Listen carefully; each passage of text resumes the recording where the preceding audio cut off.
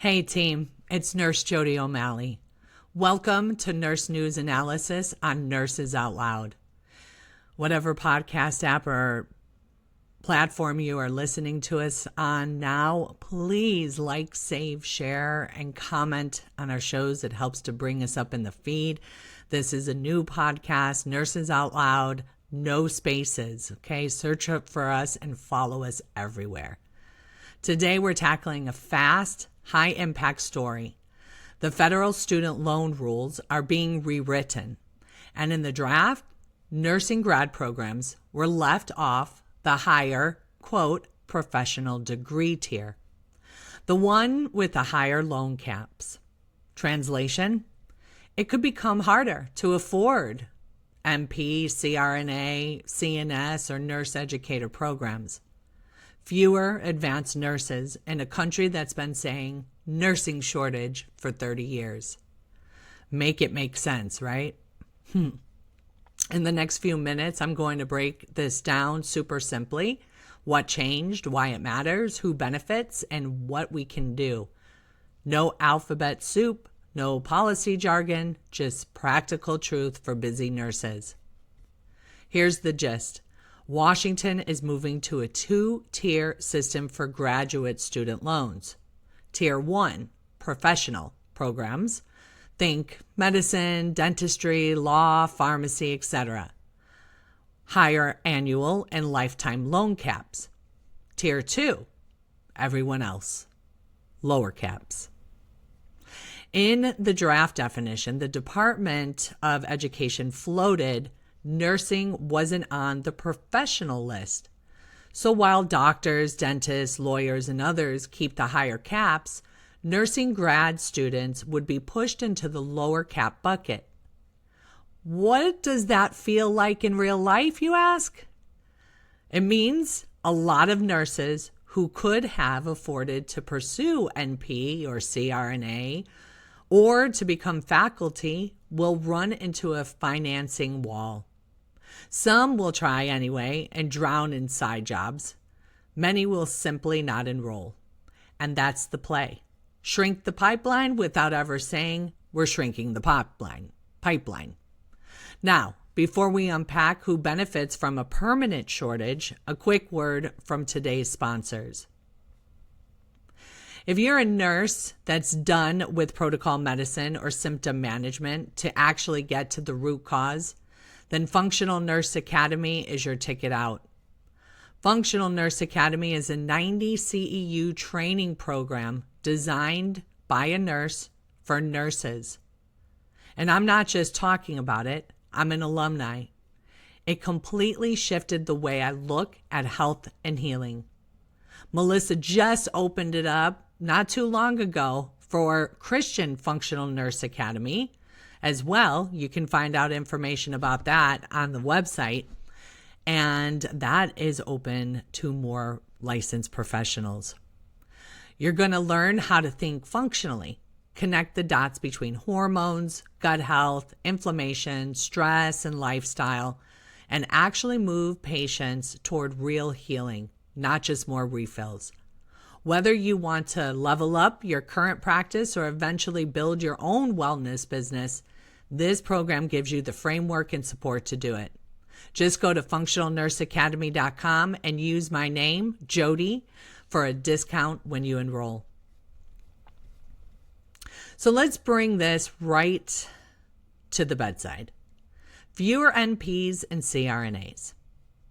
If fewer nurses can finance grad school, we'll see fewer primary care access points and fewer anesthesia providers, especially in rural and underserved areas where advanced practice nursing is the lifeline. Fewer nurse educators equal fewer student seats.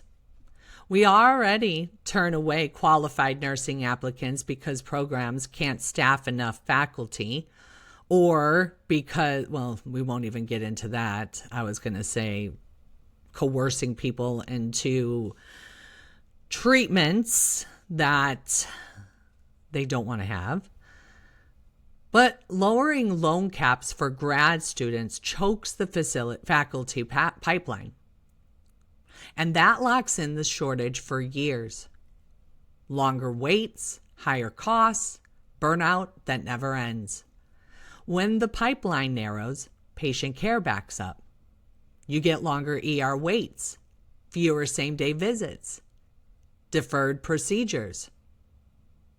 On the unit, ratios stay unsafe. Turnover stays high. We've all lived this. Let me humanize that for a minute. Meet Sarah, a 5-year bedside rock star in Phoenix. She wants CRNA school. Under lower caps, the funding gap, she has to cover balloons. She's already juggling 2 per diem gigs and a kiddo. She does the math and says, I can't.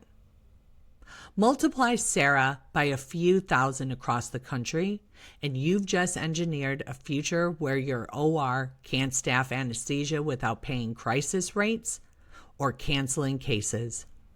Patients pay the price.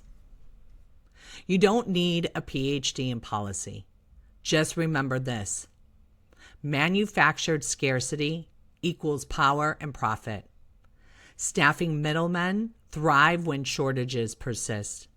Crisis rates, billable margins, cha-ching. Incumbent guilds face less competition when advanced nursing grows slower. Big systems and vendors push harder into remote tech outsourcing when clinicians are scarce. Import pipelines look more attractive when domestic pathways are financially blocked. Budget watchers get to say they saved money by lending less, while the real costs, morbidity, delays, turnover, hit patients and hospitals, not the spreadsheet in DC. None of that is a conspiracy. It's incentive math. And unless nurses speak up, incentive math wins. Rebuttal number 1. We're just trying to control student debt. Great. Then don't control it by targeting nursing. The profession you keep saying is in shortage. If the goal is affordability, include nursing on the professional list and pursue tuition down strategies with schools and clinical partners. Rebuttal number 2. Loan caps won't really change supply. Ask any admissions office or student who walked away at the funding step. Financing absolutely changes who enrolls, who persists, and who graduates, especially for mid-career people balancing work, kids, and caregiving. If you choke financing, you choke the future workforce, period. This is not about wearing a red or blue jersey. It's about patience. Our ask is simple.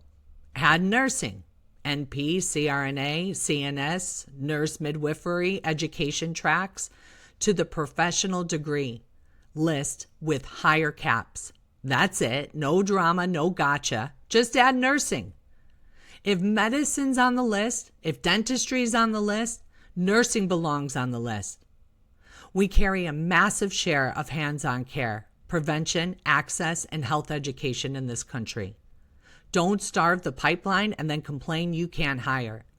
What you can do today is share this episode with 3 nurses who are thinking about grad school. Email or call your reps and simply say, add nursing to the professional degree loan definition. Tell your school and your hospital leadership you support that change, loudly and politely. If you're driving, I'll put copy and paste text and talking points in the show notes so you can take action in 2 minutes. Before we wrap, a quick invite. If you're a nurse who refuses to be the compliant nurse and wants to be the ethical nurse, grounded in the 2025 Code of Ethics, clear on patient rights, confident in real-world advocacy, come hang out with me at Righteous RN. We've built training and community to help you know the code, not just memorize it. Navigate tough conversations with integrity and lead with grit and faith when it counts. I've been through the fire. 18 board complaints, a formal ethics evaluation, and I came out cleared and even more committed to teaching nurses how to stand tall. If that resonates, head to righteousrn.com and join us. Courses, discussions, and a tribe that has your back. Righteous RN, where integrity, grit, and faith drive ethical care. I'm Jody O'Malley. This has been Nurse News Analysis. Quick recap. The draft loan rules left nursing off the professional tier. That locks in the shortage. The fix is simple. Add nursing. Share this episode. Hit the notes for your copy-paste action, and let's keep our patients at the center of every policy decision. See you next time.